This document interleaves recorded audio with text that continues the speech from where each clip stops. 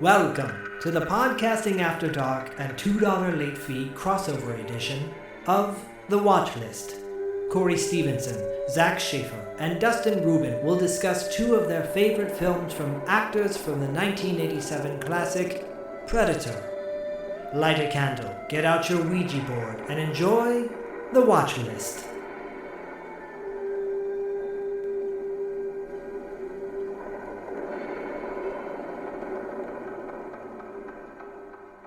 What's up, everybody? Welcome to Podcasting After Dark presents The Watchlist. That's right, we're back. Thanks to Lee, right, Zach? Thanks to Lee Germani with this one. Lee. This is Lee's fault? Yes, Oh. the Watchlist This coming is back Lee's is fault. Lee's fault. Oh, We God. resurrected it for the Anchor Bay discussion, and we love it so much, we're just keeping it going. So it's back, baby! Back in the New York groove. And of course, we have Dustin on the show from $2 late fee because this is a part of the $2 late fee Podcasting After Dark crossover month of September. As you all know, we are talking Predator all month long and everything Predator and everything Predator adjacent. Which is what this would technically fall under.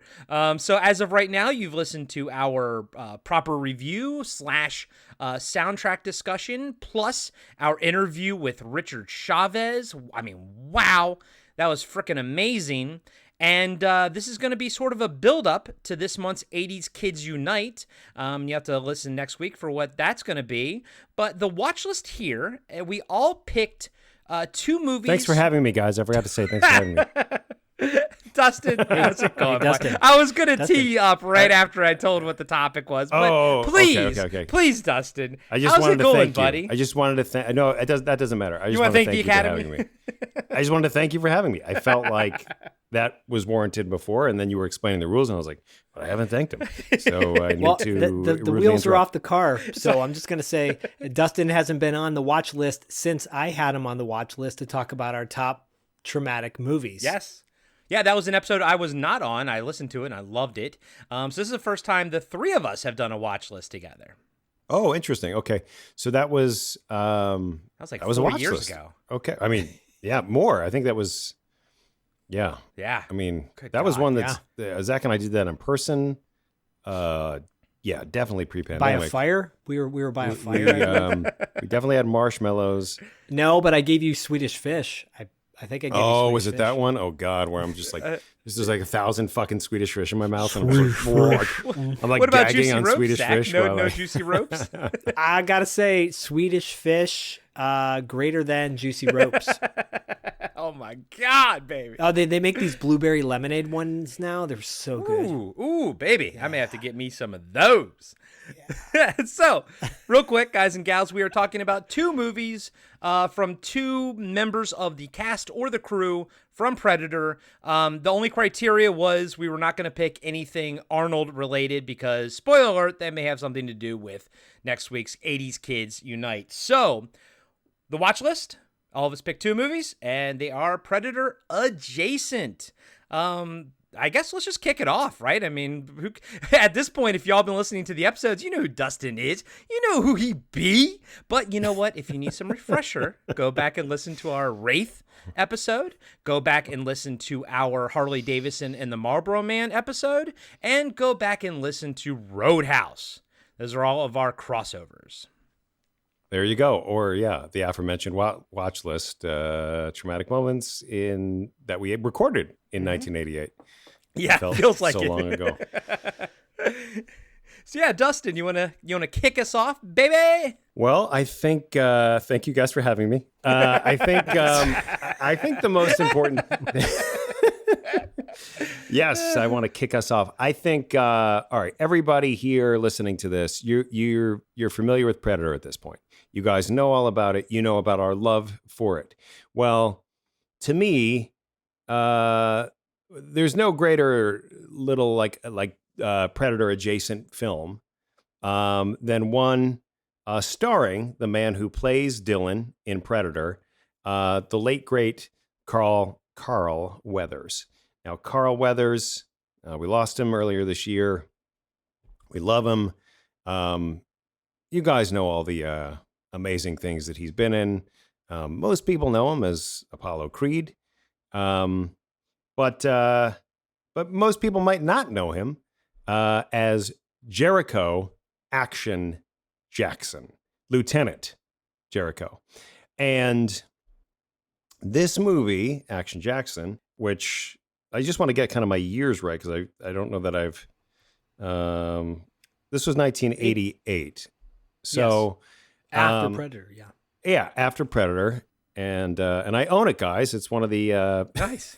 How many times have I? You weren't How many lying. times have I ever? No. How many times have I ever held up anything? Look at Zach's face. He's holding up a movie because I just don't do that.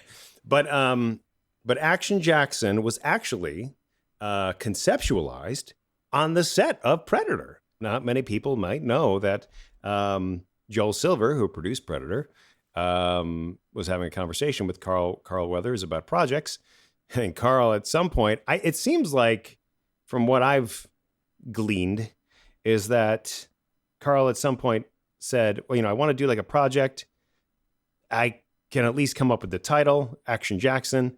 And then they were able to kind of get some people going on that. And one of the people that they got going on that was, interestingly, and I don't want to because there were so many connections to Predator in Action Jackson. I think of all the movies that we're discussing, this one has the most.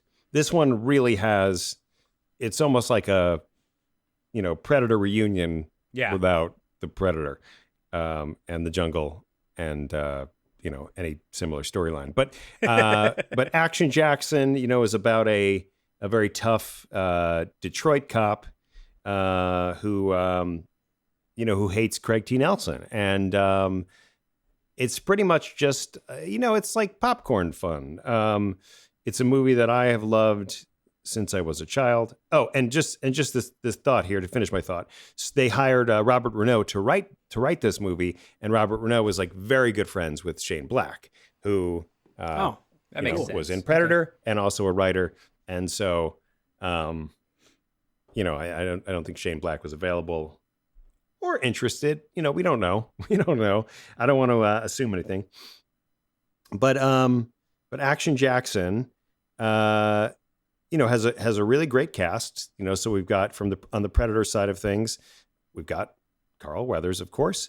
We've got Bill Duke, who plays his captain, Earl Armbruster. We've got who else am I missing? Sonny Landham is in it. Sonny Landham is in it, of course. Sonny Landham is, what's Sonny's character's name? I thought it was Lightfoot or something like that. It's Mr. Quick. Oh, okay. Yeah. And then, some of the same production team, a lot of the same stunt team, a lot of the same players. And it's then got additionally, Huey Lewis in it too.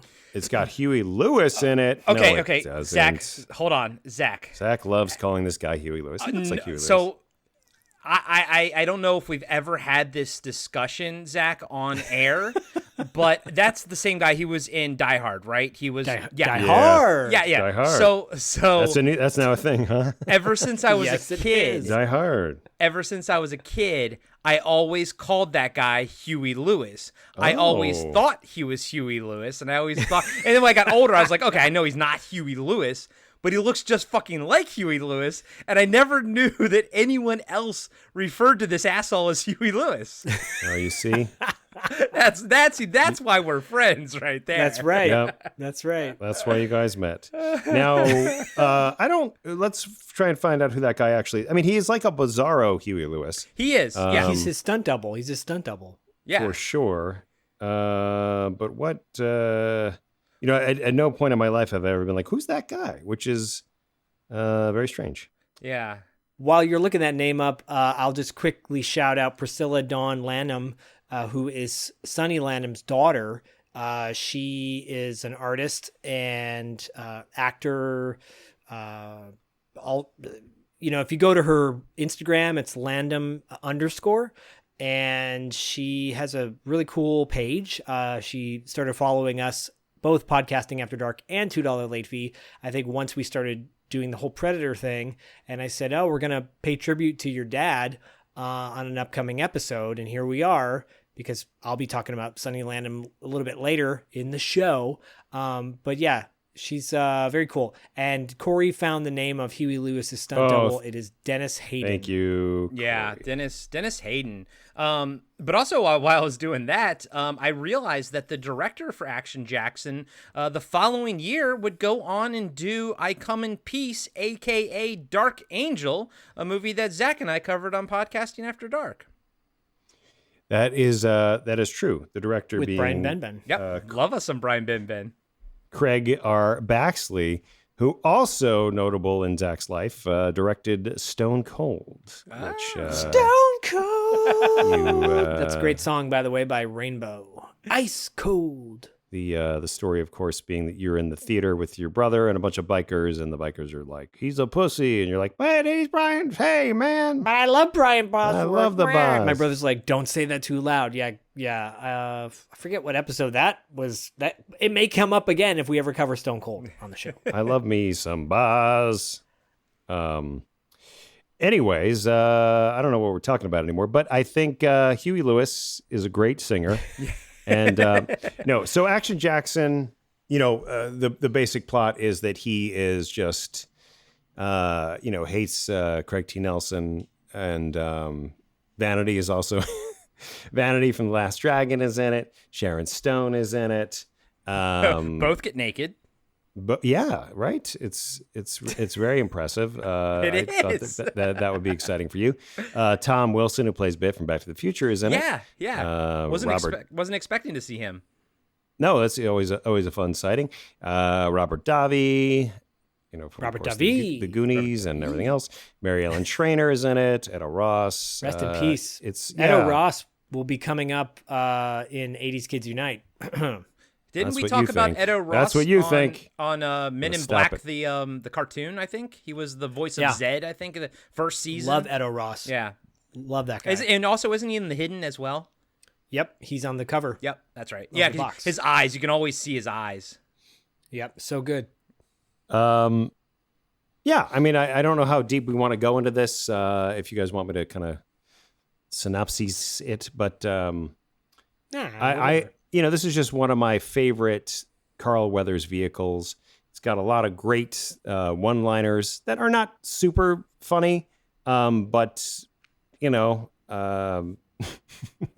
one of them's so funny it landed on our Instagram page. You made a great reel for it. I mean, I've put a lot of Action Jackson back when I was more motivated to make these reels. The movie ends with him driving a car through a mansion. Yeah. Which is always fun. And from everything from how do you like your ribs to I gotta catch a cab to, they're contextual one-liners. while they're happening. And Corey, I know it was your first time seeing this. I'd love to hear your thoughts about it. Yeah. Oh boy, it was a hoot. So guys and gals, I had not seen both of Dustin's picks today and either of Zach's picks, so I wound up watching 3 movies today. I had a triple feature. By the end of this episode, you'll know what all 3 of the movies are. But boy, oh boy. From one adventure to the next, Action Jackson has been on my watch list for a long time. I've had it pretty high on the watch list, but what do you want from me, guys and gals? We all know, 3 of us here, we pretty much just have time to watch stuff for the podcast that we're working on. But Action Jackson's always been high on my watch list, kind of up there with Remo Williams, because I've always understood that Action Jackson was a little bit more of a lighthearted action movie. I was actually surprised at how dark it actually did get. I was also surprised at how this might sound weird, but how kind of down to earth Carl Weathers is in the movie. He's not too over the top. Now you'll say, oh, if you watch this movie in a void, you'd be like, oh yeah, he's over the top, he's crazy. I'm like, no, but if you compare it to everything else that was happening at this time, action movie wise, he's kind of subdued in this a little bit, and he kind of gets untethered sort of at the end. And then I was also surprised at how bloody it was and how much nudity there was in it. It's a pretty hard R for being a pseudo, kind of not tongue in cheek, but a lighthearted action movie. And also Argyle from Die Hard's in it as well. So, Argyle. Yep. So I guess what I'm trying to say is, I don't know. I had one thing I was expecting from Action Jackson, and I didn't quite get what I wanted, but I got more than I was expecting. Does that make sense? Yeah. Right. You got an STD from vanity. Right. No, I mean, no, it really is an interesting point. And the most notable scene for me in general is one involving Branscombe Richmond, who I did not mention today, but of course I mentioned a lot. And this whole thing about searching for Papa Doc. Yeah. We're like, where's Papa Doc? And he's just some testicles in a jar. And then which is freaking Nunez. What's his name from Return of the Living Dead? Oh, yeah. I mean, so not just Predator people. This movie is chock full of people, and then Craig T. Nelson is the villain. Give me more villainous karate kicking Craig T. Nelson. I want more of that. Yeah, this movie in ways reminds me of the better Chuck Norris action movies of the 80s, where they would fill it with all these great supporting actors, because this film is filled to the brim. It just so happens to have a great leading actor who can actually act, unlike Chuck Norris, who doesn't act that well. This movie, I saw it in the theater with my mom. Surprising. Shocker. Not really. Oh my God. Yeah, Dustin. I Oh did. my So God. that was very uncomfortable. I mean, Very because he's like, you have the nudity, but then you also have like topless Carl Weathers. Like he's like glistening and like shiny, and like any excuse to get him to like get the bicep. They chain him up where, he's just. Yeah, it's an exploitation film. Like I think you could pair this up with a lot of other exploitation films from the blaxploitation, baby. Blaxploitation to the highest degree. One of the better blaxploitation movies of the 80s, in my opinion. And so much fun, but not a movie I would like. I was 12 years old. I was going to say you had to be 12, right? Yeah. So yeah, I believe so. And my mom took me to everything. So reflecting back and going, yeah, there's a couple scenes, 3 or 4 major scenes in this that are very uncomfortable for me. But seeing Sonny Landham in this was uncomfortable too, because when we get to one of my picks later, I just loved him so much as Billy, and then he's so sleazy in this. He's such a slime ball. He's pretty sleazy in most things. Yeah. Yeah, well, I know, and I kind of idealized him as Billy, so I was like, oh man, I want to see him as other things, because I don't think I'd seen 48 Hours up to that point, or if I did, I don't remember. You saw it with your mom, but you probably blocked that out because there's a lot of disturbing things in there. I mean, yeah, you probably blocked out a lot of the movies that you saw with your mom, right? I did. Yeah, I'm surprised, but I did not block this one out, and I love Action Jackson. Yeah. Can we talk real quick about how amazing though Carl Weathers is in this movie? Not just like beefcake wise, because he is a perfect specimen, but like he's fun. He does a great job like emoting. He is great in this. Why didn't we get more leading man Carl Weathers? Well, when we talk about racism, Carl, right? That's the answer. Racism. Probably, yeah. When we talk about Carl Weathers on our Tales from the Video Store tribute, exclusively on Patreon, patreon.com/$2 late fee, or patreon.com/podcasting after dark, because it'll be on both feeds. Bonus for everyone listening. Maybe we'll dig a little bit deeper into his resume from the 80s, because I think it's interesting to talk about when you look at the films and television shows that he did in the 80s. Yeah. Okay, yeah, let's keep that conversation to Carl Weathers specifically. But I just want to say in this movie, he's fucking awesome. Like, he is great. And in like a subtle way. He's definitely more toned up in Predator, but he's got more of a subtle coolness in this one. And it's got a title track by the Pointer Sisters, so yeah, that's pretty awesome too. Yeah, Dustin, thank you for having me watch this. Finally, fucking finally. Yeah, I'm proud of you, and I feel good about your life moving forward. I think you're Drinks are going to taste better. Food's going to taste better. Drinks, yeah. Everything's just going to be Everything's just better. gonna be better. Having Action Jackson in my life. Yeah. Now you're really pissing me off. You'll start saying that like when you're angry, because he gets mad at Craig T. Nelson. Where's that action figure? Really? No, literally. Where is it? It's Yeah. right behind. It's right behind Zach. Yeah, it's right behind me. No, how come frickin' Super 7 hasn't put out an Action Jackson one, Come on, reaction guys. figures, whatever. Someone's got to do it. There's a guy on Instagram named LaCroix Toys. He takes these GI Joe figures and makes like custom ones. Actually, he made one of Axel Foley, and when they were doing the press junket for Beverly Hills Cop AF, they had somehow one of those figures got into Eddie Murphy's hands, and they were playing with it in the press junket and like giving him. He got a lot of little cool. free press, from those Netflix. Not free because he probably made it for somebody. Yeah. Anyways, that's cool. I thought that was kind of cool. Nice. Yeah. Yeah. Dustin, any final words on Action Jackson before we move on to the next one? No, I encourage people to check it out. It's very 80s. Renegade cop, one man against an army of lunatics. Enjoy. Yeah. Yes. One of those lunatics being Craig T. Nelson, the other being Huey Lewis. Zach, what's your first pick of the night?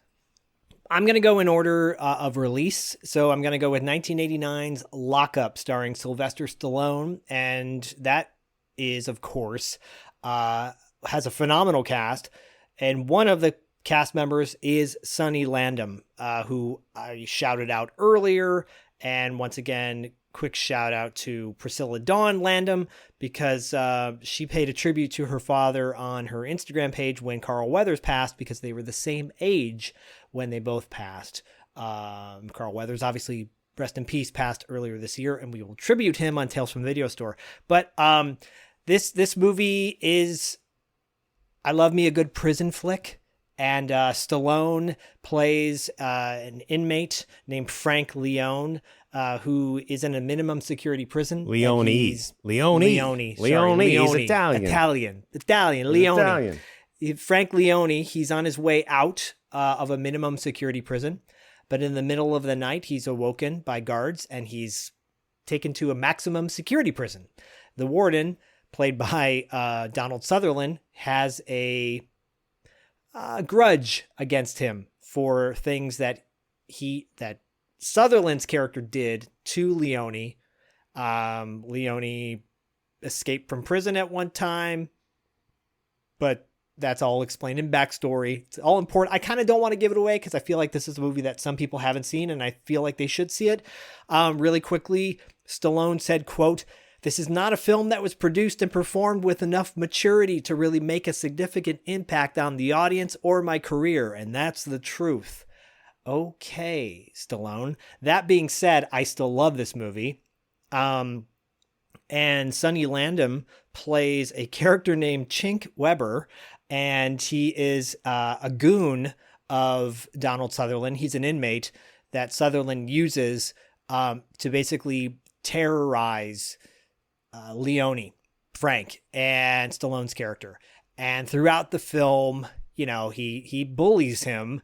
And one of the culminating moments within their relationship is a football scene in the movie, which has shades of Burt Reynolds' Longest Yard and Victory, the movie that Stallone was in with Pele and Michael Caine in the early 80s, which if you haven't seen Victory, it's a great soccer movie.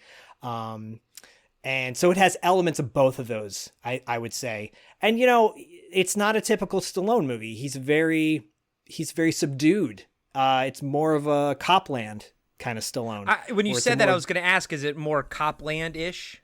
More Copland, less Cobra or Cliffhanger. Okay.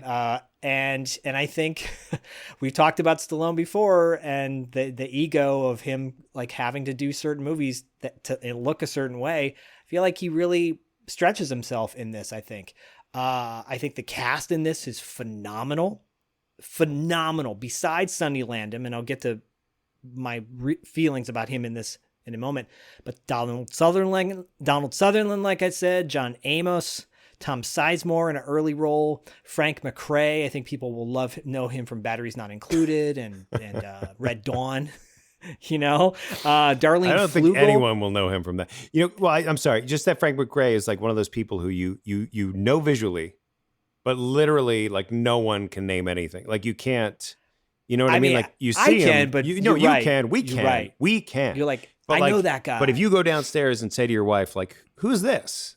Yeah. Right. There's no, it'll be nothing. I've never seen that guy in my life. Totally. I think, yeah, go ahead. No, I'm just saying that we've been doing this a long time. We've all been podcasting a long time. We're in this world where it's all kind of at our fingertips. We understand that. But if you are the casual listener and listener, if you are casual, raise your hand and we'll acknowledge it. You're not going to have any idea who these people are. No, you're right. Right. But you might go, oh, that guy looks familiar if you're watching the movie.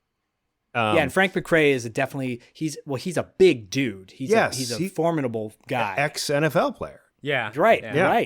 Right. Anyway, sorry to interrupt. But by the way, I did see Batteries Not Included in the theater. So did I. Say multiple times. It was one of those birthday party theater watches. Yeah, birthday party theater movies. Yet again, multiple times, many times. But I remember him mostly from 48 Hours. Yeah, and Last Action Hero, he's great in that too. Yeah. But he's the parody. He's the parody chief. Right. He's the parody of what Bill Duke is in Action Jackson. Totally. Yeah, like I said, Darlene Flugel's in it. Danny Trejo, early role for him, and Frank Pesh, who we talked about in the movie Vigilante, is in it as well. And there's some really heartfelt moments and really soul-crushing moments in this movie. And I don't want to give it away because I feel like people should go see it. But Sonny Landham as Chink Weber is so evil, and he's so menacing. And he really shows off his power in this. Again, I was a little crestfallen because I'm like, I love Billy so much in Predator. And then he plays kind of a character he's played in other movies, like 48 Hours, like Dustin said, or in Action Jackson. Not the same character, but just like a bad dude, right? But he's good at playing a bad dude, and he's really evil in this, and you want to see him get his comeuppance. He kind of does. There's an epic fight scene towards the end of this movie. I won't give anything away again, but it's very satisfying up until a point. So that's my pick for my initial pick of the Predator cast, Sonny Landham as Chink Weber in Lockup. I'll keep this brief because I was not able to actually watch this. It's not on Amazon Prime. It wasn't on HBO Max or whatever the hell it's called now. And then I don't think I could find it on YouTube either. So it's basically now just going to be on my watch list. I like prison movies. Obviously, Shawshank is amazing. We love Prison. It was a great movie. We reviewed that way long ago in the first season. But I'm glad I got to see Sonny Landham in Action Jackson, so I could at least comment on that. And let's all agree, I mean, Billy was probably a pretty bad guy too. He just happened to be under Dutch's, watchful eye. I kind of have a feeling that Dutch kind of kept Billy on the straight and narrow a little bit. But who knows what he was doing, in his off time. Yeah. And I will just interrupt you really quick and say I have the physical copy of this, the Blu-ray. It's like $10 if people are interested in buying it on Amazon. I don't know, if you're a Stallone fan and you like a more coplandish Stallone and with a great cast, you should check it out. Nice, yeah. Dustin, what are your thoughts on Lockup? So, Lockup is very much in line with a lot of prison movies where you have a protagonist who maybe has done something wrong, or they're wrong, or they are wrongly accused. But either way, they're basically good. And they have to be because we have to root for them. And so, Frank is like an auto mechanic who has been, as Zach said, stolen away in the middle of the night from his quiet little prison into a maximum security prison, all because Donald Sutherland wants to enact revenge on him for something that he had done, previously at the previous prison. And anyway, not to get into all the exposition, but it feels formulaic in the sense that so many movies have since copied the formula of the guy who's like, I just want to do my time. I just want to put my head down. I just want to, I make some friends. Those friends are in trouble, you piss off the wrong people, and you realize like eventually you can't just do your time quietly. It's not gonna happen. So then what do? And it becomes this kind of win-less situation that we as the viewers are kind of like, oh shit, this is tough to this is tough. Like you do feel like, Frank is always on the kind of precipice of being killed. Obviously, Sonny Sonny Chink Weber always has a shank on him, and every scene is always trying to shank him. He is very evil. The Longest Yard. I agree with that. It feels very Longest Yard a lot, because there is football, there is but there's so many other movies that come to mind that are kind of like that. There's a movie called An Innocent Man with Tom Selleck that came out the exact same year. It's not beat for beat the same, but it's a very similar premise, and it's a very good movie as well. Yeah, better, I mean, there's the reason there are so many good prison movies is because they do really well. They're very effective. Even more recently, and I'm sure this seems more recent in my mind, but like The Last Castle with Robert Redford and James Gandolfini, which is kind of inside a military prison. That's kind of a twist, but same sort of beats a lot of the time. But a warden who has ulterior motives, right? There's always the corrupt warden. I think this is kind of classic. Stallone in a way. He is more subdued. He's not doing one-liners. It is, I think the intention was probably to make some gritty, prison drama. And it comes off, I think, a little goofy, which is why I think to the point about your quote, it's like, it doesn't have the maturity. It's a little goofy at times, Yeah. It's a lot of like, things aren't really developed. Like, yeah, I'm going to get you, Frank. I'm going to get you, Leone. And you're like, there's not a lot of subtext. So, it's true. But I do enjoy it, and I do think that Sonny Landham is great as a villain. He's not a guy you'd want to be messing with in the Food Line. He's believable. Yeah, like he's very imposing and believable in everything. Yeah. That when he plays a heel. Yeah. For the little Territory Marks reference there. Dustin, you said prison movies sort of do well. Do you think it's because, like, I think we can all agree that we all like things that take place in one location, like, Cheers, the sitcom, it just takes place in one location. Prison movies always take place just in the prison. There's something satisfying about it. There's something comforting about that, I think, as a viewer. Yeah, well, I also think, too, there's something about the things that we can't see. So when you're in you're locked in a prison cell and you're hearing things happening at night, and you don't know, or like they allude to like a jump, so-and-so is going to get jumped or something's going to happen right now. There's just a lot of tension, and you would think generally that like, oh, the guards are there, like they're going to protect certain things from happening, but that's never the case in movies. And to a degree, we don't know what goes on behind, closed doors. So yeah, I think there is that element of like the average person doesn't know what goes on in a prison. And then how scary would this be? And then you can kind of play with that idea. Okay. Yeah. No, Right. I think you're definitely on to, yeah. I think, too, there's this idea of like an everyman being just subjected to torture. And that's right. I think people find that appealing. This could be you. This could be you being tortured in prison. And if he can survive it, then I can survive it type of thing. Okay. Yeah. And I think, Corey, you'll love an Innocent Man with Tom Selleck because David Rashi, a.k.a. Sledgehammer, is in it. And he plays a total scumbag in it. It's so good. You don't have to twist my arm to watch something with Sledgehammer in it, baby.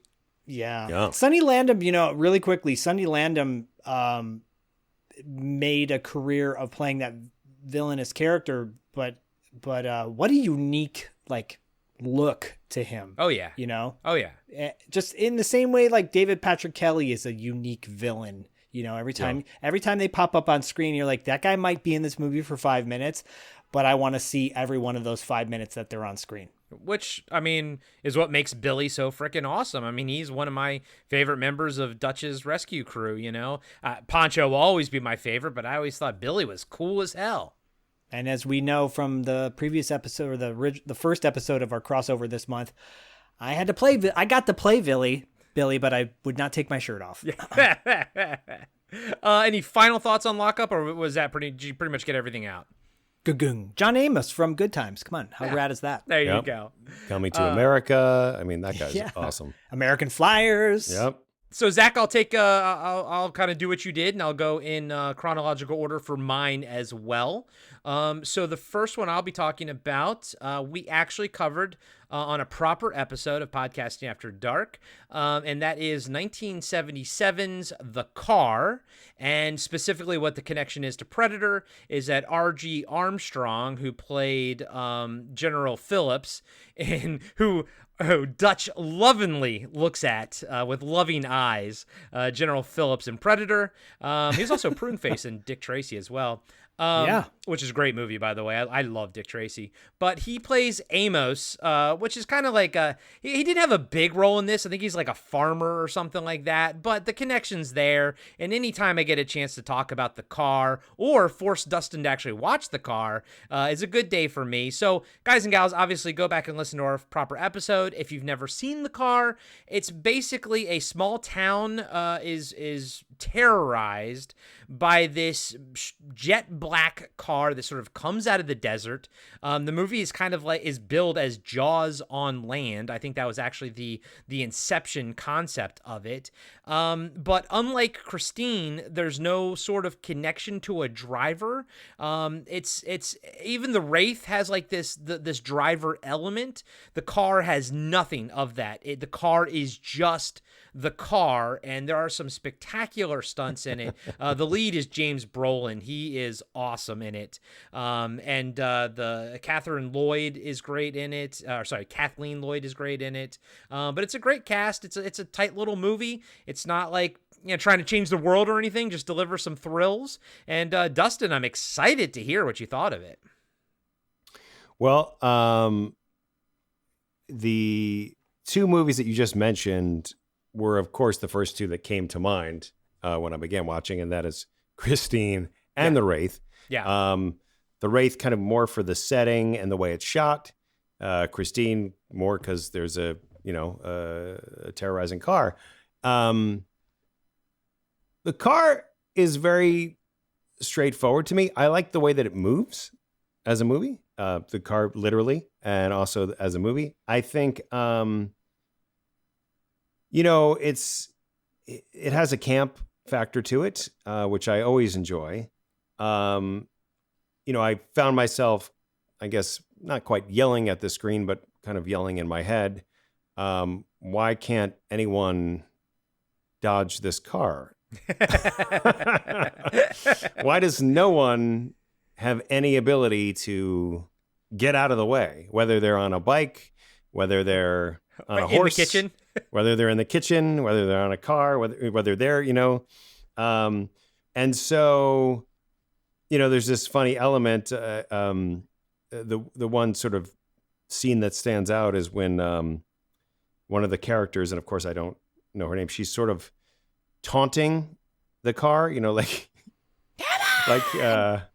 like why don't you get out of the car, you jerk, and come on out, and and they're just kind of huddled together, and she's holding a stick, and the car is just getting angry, and I guess I have a lot of questions about why is this car so angry? Why are you so angry, car? Why are you so angry, car? Why are you attacking? I guess that's a problem that I have with a lot of horror movies that I see these days, where like there is sort of this indiscriminate, like, I don't care if you're in my way, I'll kill you kind of a thing, versus having a code. And even the Predator has a code, as we learn accidentally.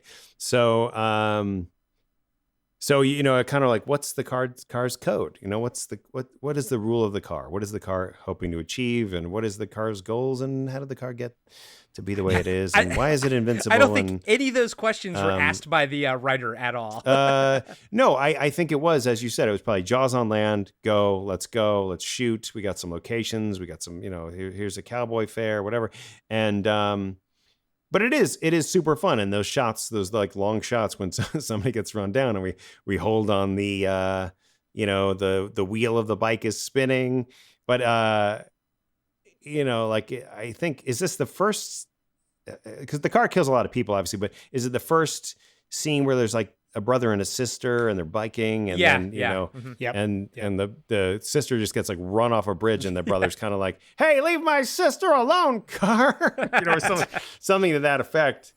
And you're just like, well, if you stop, you know, the car will just not, I mean, once you're on a bridge, you're kind of in trouble. But anyway, but I did enjoy it. I thought it was very, I know it came out in 1977, but I was like, this looks really good. It's shot really well. It crisp colors. I was kind of surprised at how great it looked because I would think it'd be more gritty, and it looked awesome. What did you think of the car itself? Because it's a fabricate. I mean, it was built on a body of something else, but it's completely fabricated. No other car, you know, looks like that. What did you think of the design of it? I thought it was neat. I mean, I'm not really a car guy, so I don't tend to always, you know, look at things of like through a, you know, like, oh, well, you know, what's powering that? What's behind that chassis over there? No, but you know, but it's cool. It's cool, and it gets very dirty throughout the movie. Yeah, very dusty. Simply dusty. Yeah, simply dusty, but it's a cool it's a cool looking car. It's a cool looking angry car. Cool. Yeah. No, I'm glad you dug it, buddy. It was one of the movies I actually owned the Anchor Bay clamshell VHS for, and it was a movie I watched a ton as a kid, and loved it back then. And as I said on the episode itself, the car will always be my Christine. I will always choose the car over Christine. Zach, you know, I know we have all your thoughts on the episode, but you know, what do you remember fondly about the car? Well, I'll say specifically because you chose R.G. Armstrong. He plays a real scumbag in this movie. Yeah. And he's played a real wide range of characters. He's your quintessential, like, older looking character actor, you know, a la Ernest Borgnine kind of deal where you're like, oh, that guy plays the same guy in every movie, right? And he always looks the same age too, no matter what he is. Yeah, he always looked the same age, and he kind of looks the same in every movie, but he doesn't play the same character, you know. And I loved him in Lone Wolf McQuade, and I know that's one of my personal favorite movies back in the day. Right. But in this one, and in this, shout out to the Richards, Kim and Kyle Richards of unfortunate housewife fame, but being sisters in this as well. And this was, I think, before Assault on Precinct 13. I think so, or maybe right around the same time. Sorry, it was right around the same time. I believe it was like, yeah. I'll you keep talking. I'll look up Assault on Precinct 13. Anyways, it's right around the same time. Kim Richards has an infamous death scene in Assault on Precinct 13. Actually, Assault on Precinct 13 was 1 year prior. Oh, 76. Okay. Wow. Yeah. So, you know, this movie like reminded me of the Disney movies that came out, and you're like, that was a Disney movie? Yeah. Like, I feel like this could have been a Disney movie, you know, like Black Hole or Something Wicked This Way Comes. And then you realize that was a Disney movie? It's so shocking. Right. Or Escape from Witch Mountain, like where it's really terrifying because this movie was rated PG, right? And I know, don't give me the whole like, well, it was before PG-13. No, Jaws was PG, and you can see why. This same deal. This movie's fun. I grew up watching it on Saturday morning creature features. So, and James Brolin, James Brolin is Joffrey Brolin. Yeah. Godfrey Brolin. At this point, it's just Papa Brolin. I call him Papa Brolin. Is he's a hunk, you know, and I think this was right before Amityville Horror. Yeah. And you know, he's Ryan Reynolds is no James Brolin. No, that is true. And Zach, speaking of R.G. Armstrong, you know, kind of always looking the same but playing a different character. Remember, he was in the Ballad of Cable Hogue that we just reviewed a couple months ago, and we were both sort of digging the fact that you think he's kind of going to be an asshole, and he kind of turns out to be a cool dude. So I love when these character actors who play assholes play against type. Yeah, it's great. It's pretty satisfying. Yeah. Cool. Also need to acknowledge Ronnie Cox. I forgot to do that. Yeah. And love seeing him in that. We talked a lot about Ronnie Cox in the review.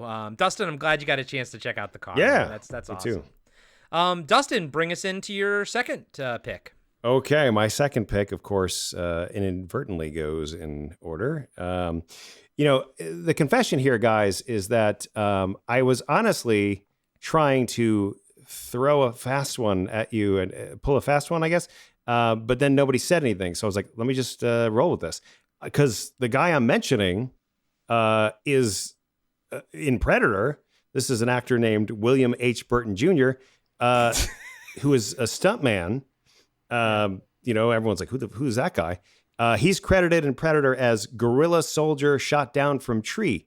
And I should clarify, he's actually not credited because he's uncredited. So I was like, what's the weirdest thing I can propose? That's why we wouldn't let you run with it. And I really thought you guys were going to call me out. Like, who the fuck is this guy? And this guy, William H. Burton Jr., who's sometimes credited as Bill Burton Sr., which is very confusing to me. When his name is shortened, he's a senior, and when it's full name, he's a junior. I'm assuming that is a mistake. But William H. Burton, who did a lot of the stunts in Predator, and also did a lot of stunts in the movie that is my pick, which is Best of the Best from 1989. William H. Burton plays Townie number 2. If you asked me to point out who that might be, I could not do it, but I'm assuming it's in the bar. That's a good assumption. There's a lot of townies in that bar, and including Mr. Blue. And he's townie, right? Including Mr. Blue. And he's townie number 2. So anyway, guys, thank you for allowing me to do this, because I really just wanted to get into Best of the Best, which is basically Zach's favorite movie of all time. Even though he says it's The Warriors, it's really Best of the Best. Everything comes back to Best of the Best over on $2 Late Fee. I thought this will be easy because, everybody has seen it, but it turned out, Corey, that you hadn't seen it. So then that was the curveball in my logic, because I was like, I'm going to make less work for people. We're going to do Best of the Best, and we'll talk about, how great that is. So yeah. So Action Jackson was my first movie I watched today. Best of the Best was my second movie I watched today. Actually, so when I was in the shower right before we recorded, I almost had a panic attack because I was like, wait a minute. Best of the Best. I was like, what's the damn connection to Predator? Like, I didn't even think about it until I was in the shower, and I'd already seen it. Yeah, I just oh my God. Took what Dustin told me to do, and I just did it. If Dustin said drive off a cliff, I would have done it. Oh my God. And then I looked into it, and I looked up the name because you told us why we were talking about it. And I was like, okay. And so I told Myra, I was like, he's the stunt coordinator. I was like, I was really happy that you kind of like had made that connection between the two movies. So yeah, so Best of the Best. I know that it's such a big movie for you guys. I was excited to, and now another one. This was another one that's high on my watch list, so I got to check it off. And it's another one that I was like, I was not expecting it to be this cheesy. It is a super, super cheesy movie with these insanely big gravitas actors, and you can tell by the script that it's I can see why people picked this movie to do. Like I can see why James Earl Jones picked this, because it is talking about some really heavy stuff, but it comes off super cheesy in the movie. And that's not necessarily a bad thing, because by the end of this fucking movie, I had cried twice during it. Okay, yes. And guys and gals, this comes from somebody who is deathly afraid of crying. Yep. Thanks, Dad. Like I am deathly afraid of crying to the point Myra loves watching she loves watching movies where I might cry in it, and I can see her looking at me, and I keep the tears in my fucking eyeballs, and they don't leave my eyeballs, but she can still tell when I'm crying. And God damn it, I cried at the end of Best of the Best. I cried twice. God damn it. It's good. It's a good fucking movie. I loved it for all of its cheese. I loved it. Wow, that's a very vulnerable and honorable thing to say, Corey. I appreciate that you, are bearing your soul in that way. I think you should cry more because otherwise you're just going to store it inside. And who are you, my wife? And it's going to be bad. Well, no, because it's more work. It's more work to fight back a tear versus, just let it roll, man. Just let it roll. I get my tear duct gets clogged a lot and kind of get like a little sty on it. Myra says I gotta cry more. I literally I'll try. I'm like, and I can't. I can't do it. Now you have your movie to watch to make that happen. God damn it, best of the best. Yeah, I mean the quick thing is anyone that listens to $2 Late Fee is probably not surprised. Best of the best comes up a lot. Just a quick overview of the cast. We got Eric Roberts as our main character, Alex Grady. And the greatest hair. The greatest hair I've ever seen in my entire life. The greatest hair. You got Philip Rhee in there, a martial arts star, Philip Rhee, as Tommy Lee. James Earl Jones. Tommy Lee. Yeah, I should pause for sound bites. James Earl. No, I'm happy to do it. James Earl Jones as the coach of the U.S. team. It's about martial artists, guys. I didn't explain any of that, but I'm doing a lot of assumptions here. But again, this is the watch list. You've already heard that Corey has cried twice. That should already be like, oh, I got to watch this. Sally Absolutely. Kirkland, we had her on the show, amazingly. Chris Penn as Travis Brickley, John Dye, Louise Fletcher. Chris Penn-wise, how close is this to Footloose? Oh, this is several years after. Yeah. Okay. Footloose is 84. And this is 89. Because you can kind of track the 80s by Chris Penn's weight. Because, you go back further in, what is it, Wild Side, Zach, that you gave me? Wildlife. Yep. He is chiseled in that. And by the time you get to Reservoir Dogs, he's heavy. So this is like that in-between period. What was that, 1991 or 1990 when Reservoir Dogs came out? Yeah, something like that. Maybe? Early 90s, yeah. Yep.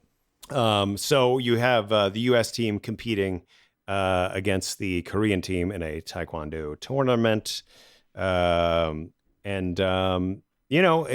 a very unexpected movie. It is cheesy, but it has one of those endings that we are always talking about. It's not what you expect. And Zach, take it over. Say some bullet points and then say something about preserved dragons, and then we're good. Yeah, no, I'll quickly say, we interviewed Eric Roberts and he talked a little bit about Best of the Best. It's one of our favorite movies of all time, or mine specifically. And it pulls at your heartstrings. But can I just interrupt? Because I feel like every watch list that we've done on $2 Late Fee, whether it's best sports soundtrack or top, it's like everything, somehow Best of the Best is in all of the top 3 or top 5 for all categories. So that is the sign of like a movie. You know what I mean? That this movie is where it should be. Definitely an impactful movie for sure. Something that had a huge mark on my life, and just it's very inspirational. It's an inspirational movie. I think you can watch it multiple times and you still feel that inspiration, especially with the ending. It's not your typical ending to a movie. It kind of has a little bit of a Rocky ending / Bad News Bears, where what you kind of expect doesn't happen.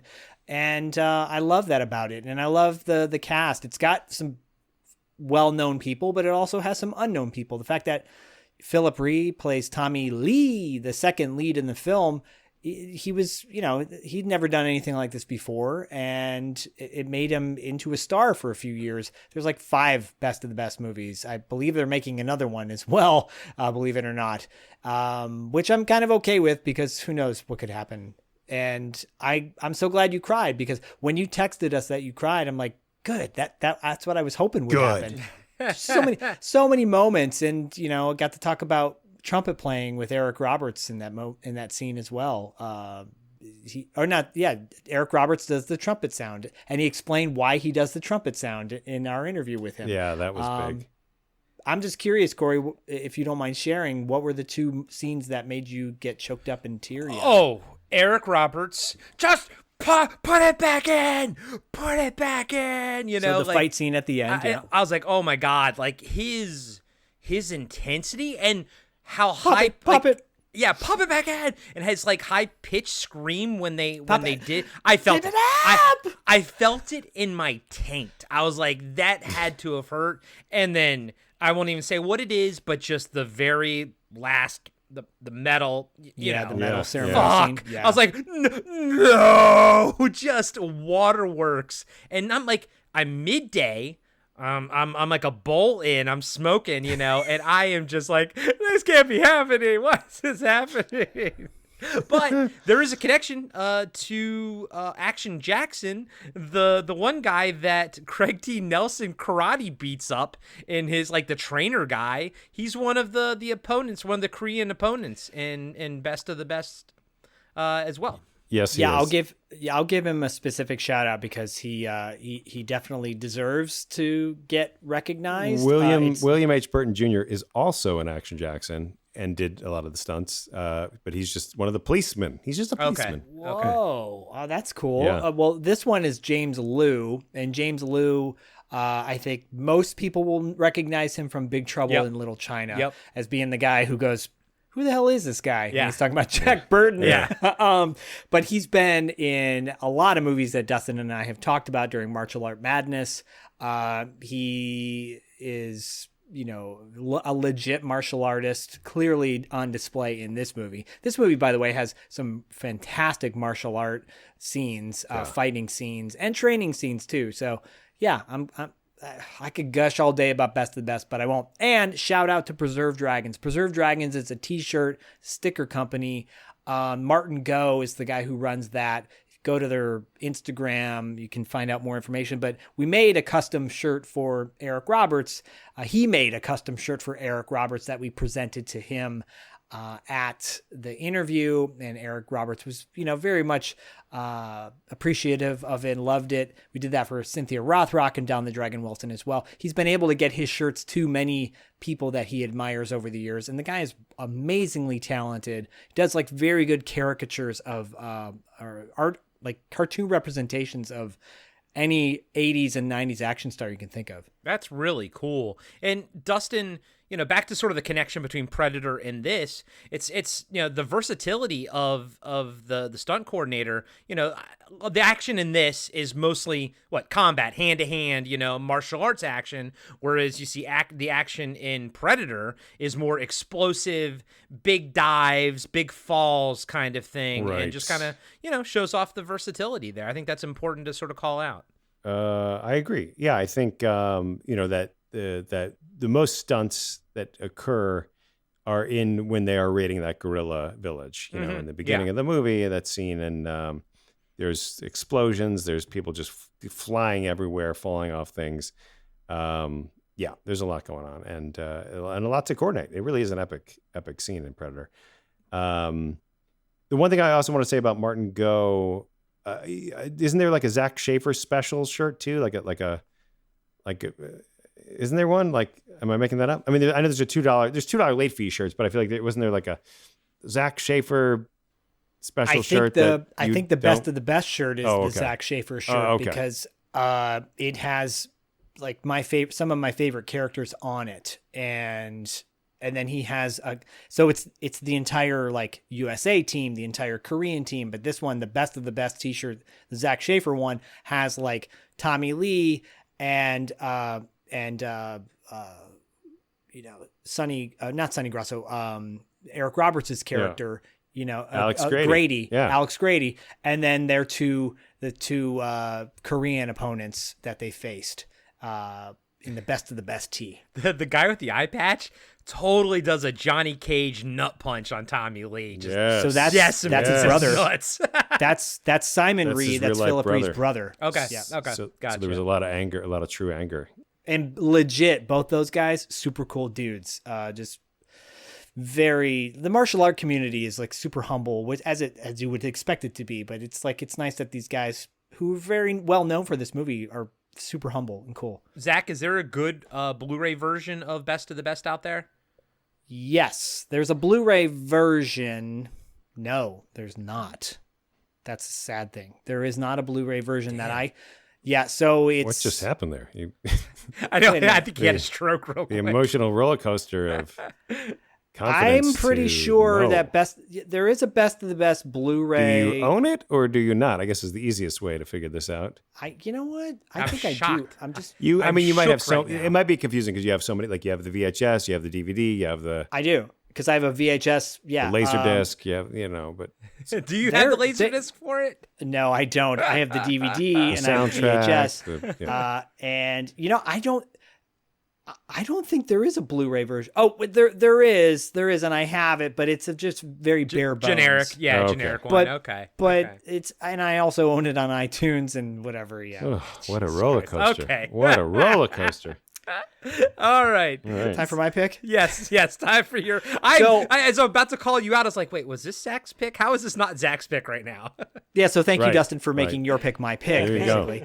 And maybe my pick is in some ways kind of your pick. Who knows? We'll get to your thoughts about it. But so my other actor that I wanted to spotlight was Bill Duke. And Bill Duke, I think, as you said, he's in Action Jackson, Commando, very formidable, quiet, evil, like quiet presence, can be a villain, can be a hero, but he always has a commanding presence on screen.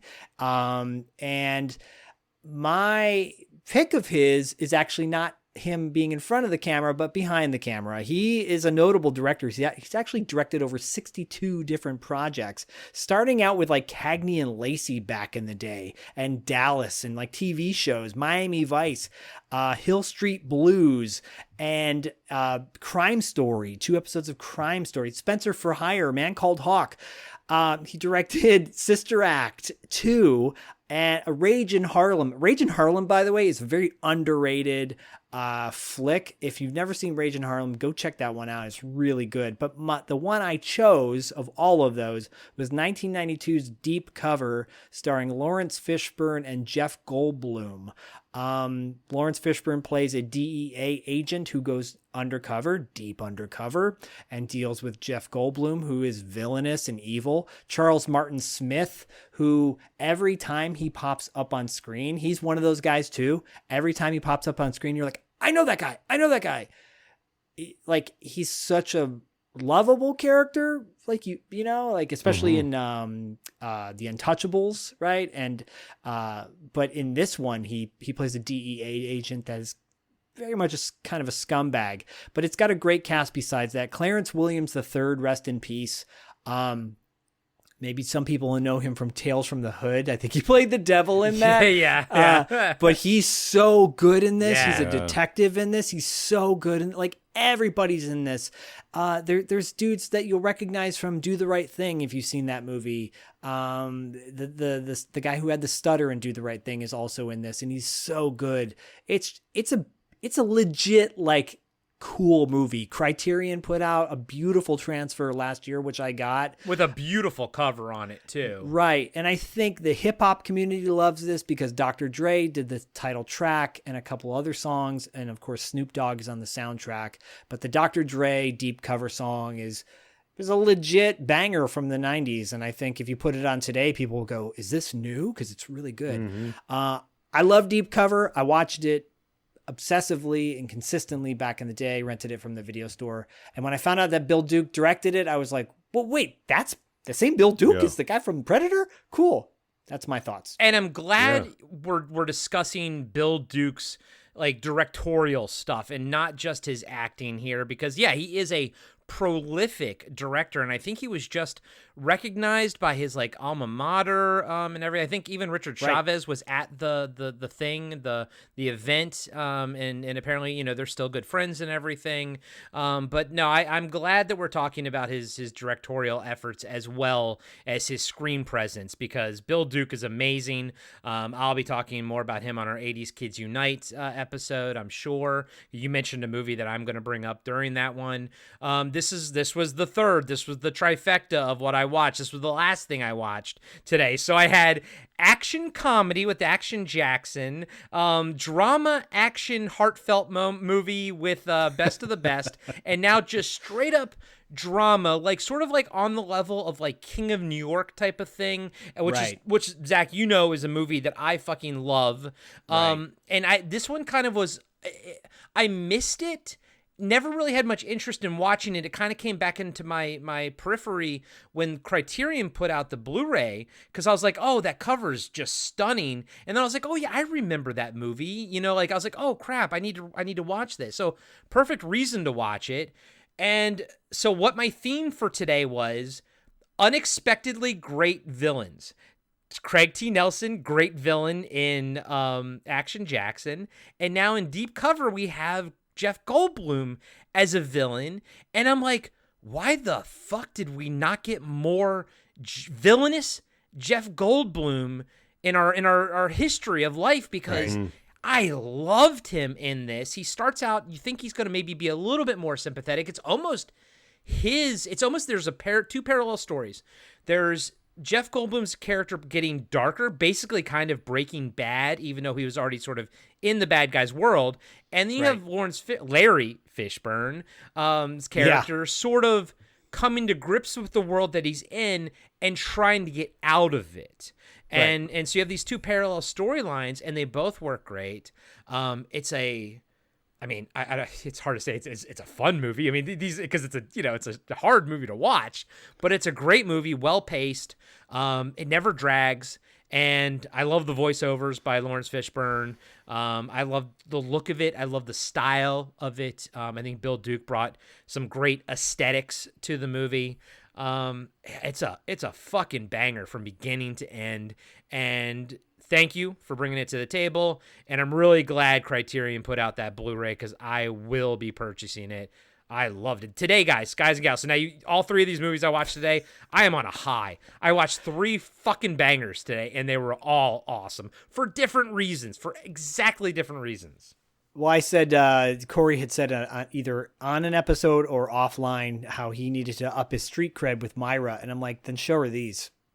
I actually told her I think she would like Deep Cover. I think she would actually dig Deep Cover. So I agree. She was working today when I was watching 3 movies and smoking weed all day long. Oh my God. How was your day, honey? I know. Oh my God.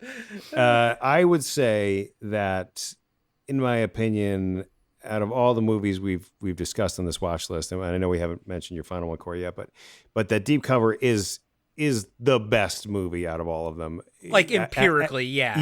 Yes. I really feel like it's, it's stylistically, you mentioned, it's like film noir. It's like, it's totally very much like like he's a detective or something. Watching a young Larry Fishburne, spiral into the thin line of what's good and bad and how far will you go as a cop. And I mean, I love those stories so much. Undercovers that just get immersed, people lose track of them. Something changes. Their sense of integrity is always there, but it really, the kind of the gray protagonist, it's really awesome. He's very easy to root for. You have kind of that blatant racism kind of, portrayed throughout the whole movie, which is addressed. And I think it's addressed very skillfully. Yeah. It's really cool. Jeff Goldblum, nebbishy, neurotic as always, but to your point, Corey, it's a great point. It's like, it really is like, oh, this guy is going to get increasingly, as the stakes increase, he's going to get increasingly more evil.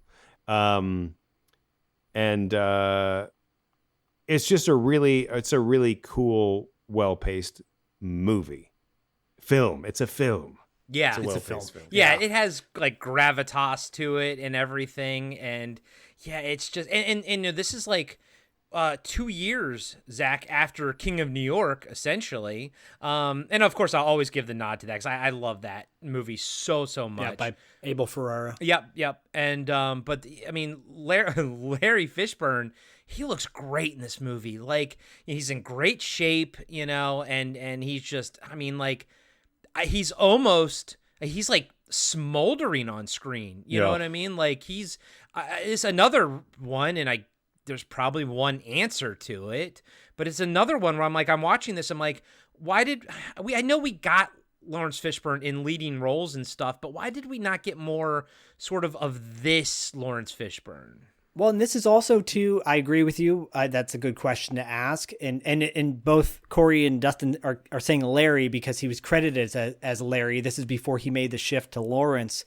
But also this was New Line Cinema at its best when they were doing edgy, they're owned by Warner Brothers, but they were still doing edgy, like independent stuff. I don't know. I really quickly, before I lose the thought, I want to point out, Gregory Sierra, who plays Barbosa in this, he was a regular on Sanford and Son, and I love him as an actor. And then Roger Smith, who plays Eddie in this, he was Smiley in Do the Right Thing. I think people who know Do the Right Thing will know Smiley very well. He's one of my favorite characters actually in Smiley, but that guy, he plays Eddie in this, and I think he's fantastic. And I hadn't seen him in a movie since Do the Right Thing. So seeing him in this playing against type, you get a lot of that, like Jeff Goldblum playing against type, Charles Martin Smith, who typically just plays like a sweetheart in The Experts, he's the KGB, he's the Russian operative who wants to convince Ari Gross and John Travolta to like help. Right. Teach these Russians how to be Americans. But in this, he's like, well, you guys, you hit it, Dustin. It's noir. It's modern noir is what it is. I don't want to call it urban noir, which I think a lot of people have labeled this as. It's just modern noir. And I'm glad you guys both appreciate it the same way I do. Zach, did you get the Criterion Blu-ray? I sure did. It's beautiful. Man, that cover. Yeah. God damn it. That's why I got it for the cover. Yeah. I'm like, man. But you know what? Like, I will watch this movie more than once because I did watch it more than once. Yeah. This came out around, this was like a really interesting time. 1992. That's why on $2 late fee, we do some early 90s movies because there were some early 90s movies that were like, wow, these are really just different and edgy in a good way. Yeah, I still feel like early 90s, probably up to 92, still has that semi-late 80s feel to it, Right. Yeah, but no, this was, just wow. like Dustin said, this is the cream of the crop right here. Yeah, for sure. And Clarence Williams III, who you mentioned, he plays a very religious cop. And he does. And he could absolutely be like a really kind of goofy character, but he's not that at all. He's kind of quoting scripture and, Fishburne's calling him Reverend and all that kind of stuff, I feel like, throughout the movie. And it's just like, wow, what a unique choice to play play a cop like this. Well, and then let's talk about unique choices. There's also this like rival drug dealer, like this African-American drug dealer, and he's real jacked up. He's huge. But then he has like this, his enforcer is like this blonde white chick. And it's such a, it's so, it could have easily become comedic or comic booky, but it wasn't, and it worked, but it still added this element of like bizarre, urban fantasy element to it. Gold but again, chains, yes. Yeah. But it still worked, though. It didn't take me out at all, but I found it interesting. Yeah.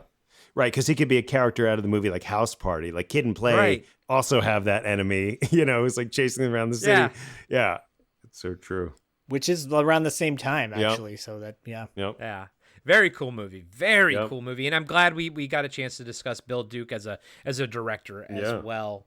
All right. Well, my movie's definitely not the cream of the crop that we should have ended it with deep cover. Before you say your movie, both of Corey's picks, by the way, for Podcasting After Dark, the Underground Dredges, they're both PG movies. Is my second one a PG movie? Sorry, your pick is a PG movie. Interesting. I kind of didn't even notice that. So my movie is 1979. It is called Prophecy, and the connection is that Kevin Peter Hall plays the giant mutated bear in it. So I mean, that obviously gives a lot of the way of the plot, but this is basically a monster movie. No, I take it back. It is an environmental warning film, a movie that has a very strong environmental message, but it's wrapped up in a very awesome monster movie, so you kind of sometimes don't even get the, like they give you the message, but you're very much entertained while they're giving you the message. Armand Assante plays a Native American. I believe Armand Assante is Italian, right, Zach? Yeah. I mean, so he's in brownface, guys. And as much not as bad as Burt Reynolds playing brownface. And as much as that's not PC, I gotta say, Armand Assante is kind of great in this movie. Well, he's kind of a great actor. So. I know. You also have Hooper I'm sorry, not Hooper. Jesus. You also have Dr. Copper from The Thing is in it. But basically, a scientist is sent up to check out, or someone working with the Environmental Protection Agency is sent up to this logging company to see if they're polluting the waters. Spoiler alert, they are, and it produces a giant fucking mutated bear. And honestly, Dustin, I'm sure you probably know the one scene, I know you just watched this movie, but you can probably guess at the one scene that this movie sort of stands out for, and that's a little kid in a sleeping bag. So I watched this movie for the first time like a year and a half ago, and I mean, I watched it by myself, and I'm just sitting there looking to the left and the right of me being like, this is so awesome. No one is here watching this with me, and I have no one to talk to about it. I knew immediately that it's Zach, it's going to be a Pad movie one of these days. Can't wait. I know. So, Dustin, this was your first time watching Prophecy, 1979, and obviously we can talk about Kevin Peter Hall. I'm going to ask you what you thought about this, but we're also, just so you know, we're going to talk a little bit probably about Misfits of Science, too, the TV show. Get your thoughts on that if you have any. But Prophecy, my friend, what'd you think? Yeah, so I think very cool movie. I think it's very interesting, as you sort of mentioned, as an eco horror movie, because you don't get that a lot, where it's really about mercury poisoning and the topical look who's actually destroying this town. It's what's the word I want? It's a slow burn. Yeah. Which to me, sometimes I have to be in a certain mood. So I will preface this by saying I had a lot of urgency when I was watching today. And so having a slow burn was sort of counterintuitive to that. There are, there's a lot of things where like the shots are just stationary. Mm-hmm. There's no movement. A lot of people are standing around waiting for the bear. Like I mentioned earlier, it's more about what you don't see. It's kind of, it's got that Jaws element too. Oh yeah, that's a good point. Because it really is like there are just times where people are just staring there like this, listening to the bear in the distance. And then I'm like, how long is this going to go on? And I actually started timing, and I was like, this is 2 minutes of them listening to the bear. So, so for me personally, movies like that tend to go a little too slow. Maybe I need to get high or something. I don't, where maybe that's what it is, because I feel like I'd be like, oh my God, Dustin, there's this beer. I wholeheartedly endorse that. So, because, there's a scene at the end where like the bear's in the water, and then we see the bear and it's like kind of far away in the water. And then we come back to the people on the land, and I'm like, they're having no urgency at all, but the bear's like still kind of close. And then we cut back to the bear in the water, and then we cut back to them on land. And then we come back, and I'm not exaggerating. We cut back to the bear in the water. We cut back to them on land. We cut back to them. And I'm like, it's a very distinct directing style to enhance the anticipation. And a lot of it's the editing to enhance the anticipation of, is this bear going to come out? And then, and then it does, but then they're surprised and they're like, whoa, no, run away. But that too was 2 minutes or a minute and a half. It's like the playing with the anticipation throughout the entire movie of kind of like what is lurking. And so I like that. I do like that, but I didn't, it was a time. So it was more like I need to be open and receptive and not be on a time limit. Trust me, I totally understand that. I totally get that.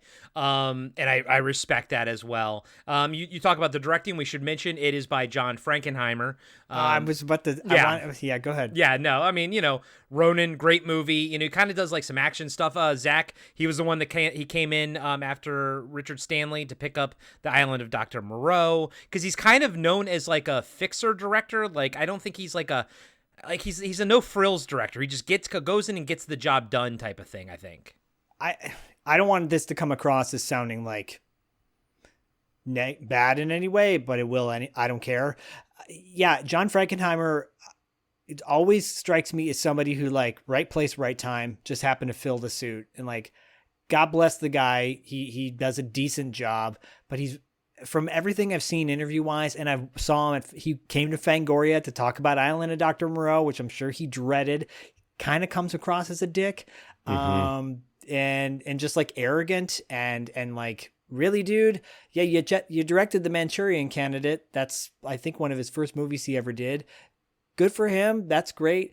But, like, you know, this is a schlock movie in a good way. I mean, this is, and so the fact that his name is on it, you're like, well, John Frankenheimer, because Ronin is great. Yeah, Ronin is a great I saw that in action theater. movie. I loved it. I had that on DVD. I had the DVD for that. And when that came out, that like kind of reminded people that he's actually a good director. And Island of Dr. Moreau was, maybe that was just a mistake and it's not a big deal. No, but he's still kind of a dick, maybe. Who knows? Anyways, I love this. I do really enjoy this movie, and I enjoy it for the reasons you guys both said. It's just coincides, and I think this is actually the week before our big fundraiser, Dustin, coincides with Kino giving us a stack of, like, all these cult movies, and it's like Food of the Gods and Frogs and Squirm, and I'm like, oh, these are all environmental horror films, which is perfect.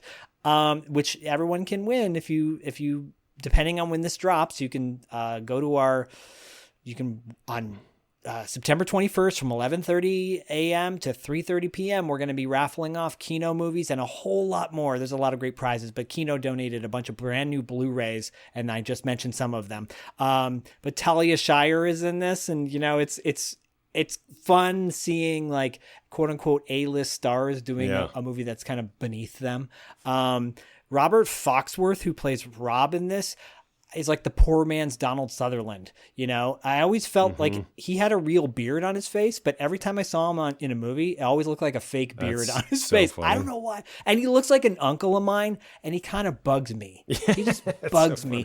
He just bugs, like, he looks like the guy at the dinner party who's, like, really freaking smart, who has his glass of scotch, and, you know, he'll just chime in every now and then on a political point and, like, be super arrogant attitude about it. And he wears the ascot, or maybe he wears the tweed sport coat, you know, with the elbow patches. He kind of strikes me as that guy, but now, like, I like that. Back in the 80s, it annoyed me because I'm like, you look like my Uncle Mickey, you know.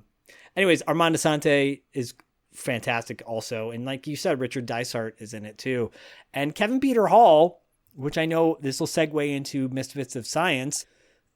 He does more than just wear a suit. You know, he's so animated. He's so good at playing a monster, and we obviously saw more of a detail monster in Predator and Harry and the Hendersons when he played John Lithgow, but both of you didn't laugh at that, and I'm surprised. But I apologize.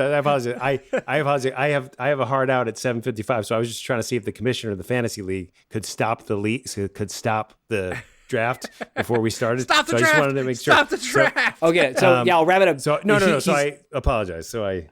He's great as John Lithgow too, and I love Kevin Peter Hall. Corey, your thoughts? Yeah, no. Real quick, I'll just throw out, because Dustin, you did mention the editor, or the editing. I just want to say the editor was Tom Rolfe. The year before this, he did Hardcore. He edited Hardcore, but he's also edited War Games, The Right Stuff, Quicksilver, Zach.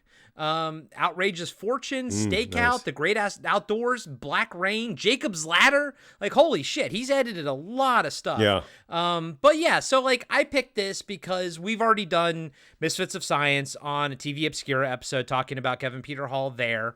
And so I wanted to be able to just talk about Prophecy and how much I love that movie here. But Dustin, did you ever watch Misfits of Science back in the day? I did not. Okay. Do you have any recollection of it at all? I do not. Dang. So I will almost just wish we quickly should have made Dustin watch an episode of Misfits of Science then.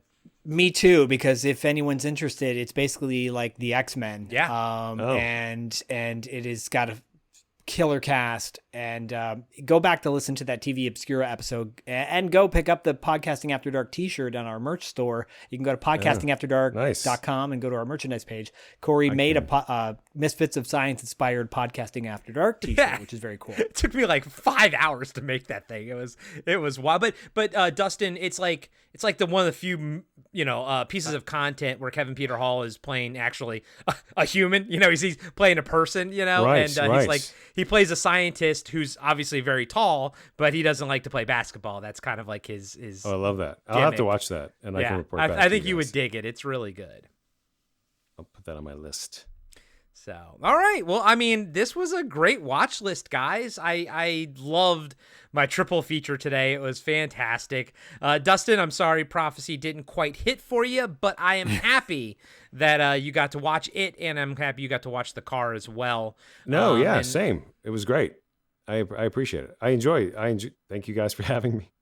And I enjoy the watch list in the sense that, you do get to expand certain aspects of your mind.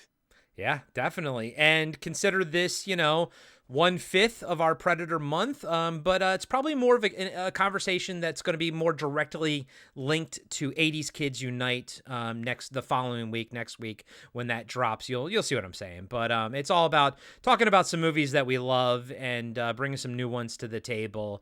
And Zach, man, deep cover. I'm sorry I didn't get a chance to watch Lockup. I looked for it, just couldn't find it anywhere. But I think you like it. I think you'll like it. But definitely when you get a chance, try to revisit or try to watch it because it's worth watching at least once. Yeah, it's good. Yeah. So guys and gals, go out and check out $2 Late Fee. Links will be in the show notes and everything there. This episode is also dropping simultaneously there as well. And as Zach mentioned, we're going to kind of combine our monthly Patreons together. It's, so we're going to, and drop it on both feeds and everything. So all month long, everything is completely interconnected with $2 Late Fee and Podcasting After Dark, just like it is all year long, but it's just with our souls usually. Now it's with our content as well. And of course, you can go check out podcastafterdark.com for all the links to merch store, Patreon, social media, everything there. Go check out $2 Late Fee. That's TWO, $2latefee.com. And you can find all their links for their Patreon, for their social media and podcatchers and everything like that. And if you're listening to this on the pad feed, please go leave $2 Late Fee a 5-star review and vice versa for us as well. Zach, can you plug your YouTube channel and the fundraiser in case, and if this does drop before it, go check it out. If not, you can go and watch it, right? You can go and back and watch the whole thing. Right. Dustin and I are celebrating our 5th year together, and we're doing an annual fundraiser anniversary show with celebrity guests, music, prizes galore. It's September 21st, 11:30 a.m. West Coast time, and it's do not miss it. So go to our $2 Late Fee YouTube page, subscribe to it, ring the bell or whatever to get notifications. Help us reach 1,000 followers on YouTube. We're so close. We would really love that. So if you're not a subscriber, go subscribe to our show and check out the show on September 21st because we're going to have a lot of fun. We're starting to tease it on our Instagram so you can get a sense of what we're doing there. And whoo, baby, it's going to be good times. Nice. And Dustin, anything else you want to plug before we bounce? No, nothing. Thank you guys for having me. And I appreciate it. Thanks for listening, everybody. No, thanks, guys. This was fantastic, and we hope everyone enjoyed the watch list. And as always, oh, right, we'll catch you on the dark side. Oh, right. Dark side. Dark side. Yeah,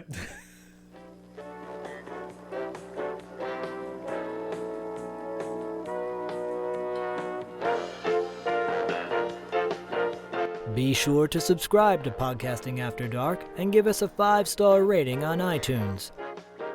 Support Podcasting After Dark on Patreon. Follow us on Instagram and Facebook at Podcasting After Dark. And visit us next time for another installment of Podcasting After Dark with Corey Stevenson and Zach Schaefer.